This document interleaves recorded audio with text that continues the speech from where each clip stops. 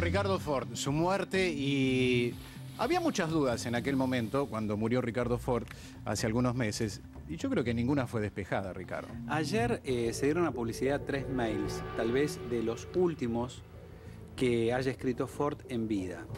Realmente te digo, esos mails lo único que te motivan son compasión, piedad, un sentimiento así de tristeza.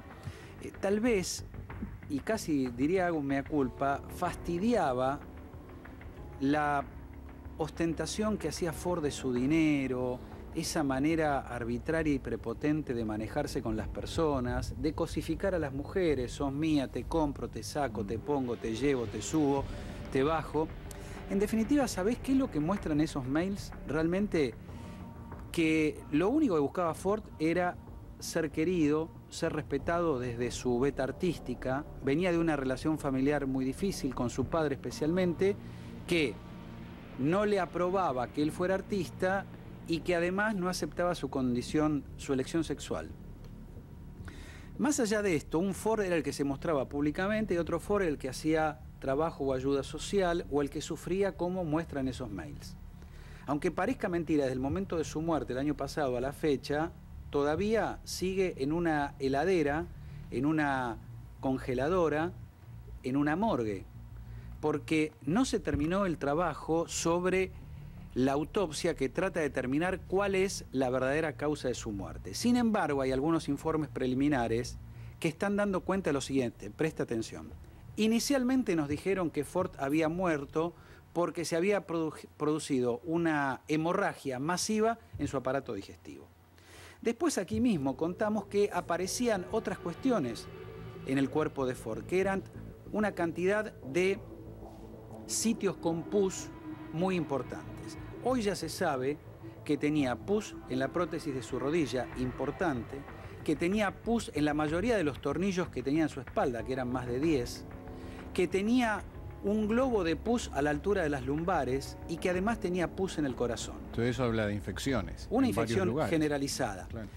¿Cómo controlaba o intentaba controlar el dolor Ford? Con morfina. La morfina tiene lo que se llama un nivel de tolerancia. A partir de ese nivel, superado ese nivel, la morfina ya no te quita el dolor, sino te intoxica el organismo.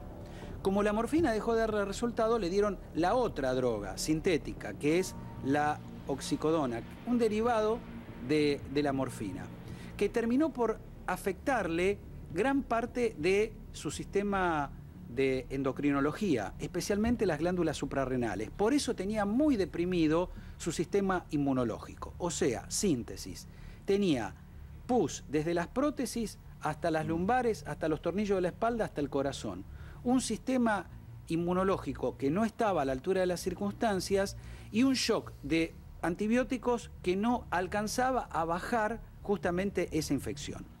¿Qué es lo que dicen algunos médicos ahora debería haberse realizado? Primero, haber sacado la prótesis de la rodilla, que es la que originariamente realiza esto. Luego, haber puesto un separador sintético con lo que se llama una bomba de antibióticos.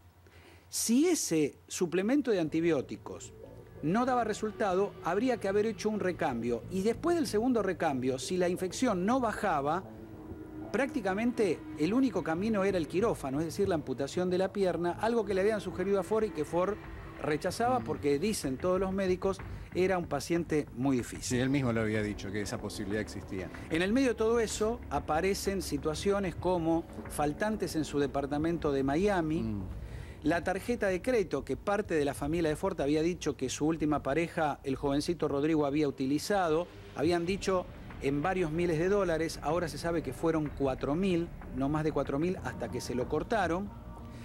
Y también aparece allí algún debate sobre qué va a pasar con los niños y la fortuna de Ricardo Ford, la parte de la herencia que le toca.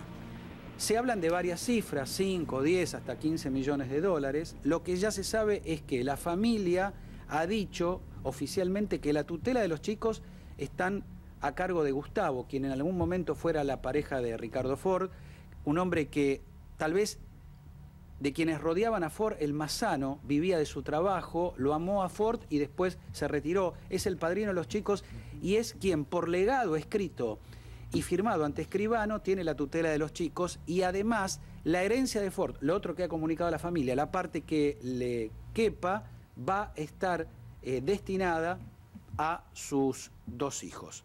Un Ford que lamentablemente buscaba ser querido en vida y que todavía no puede descansar en paz, porque como los millones no compran nada, mucho menos el amor, su cuerpo todavía esperando el resultado final de una autopsia está en una morgue.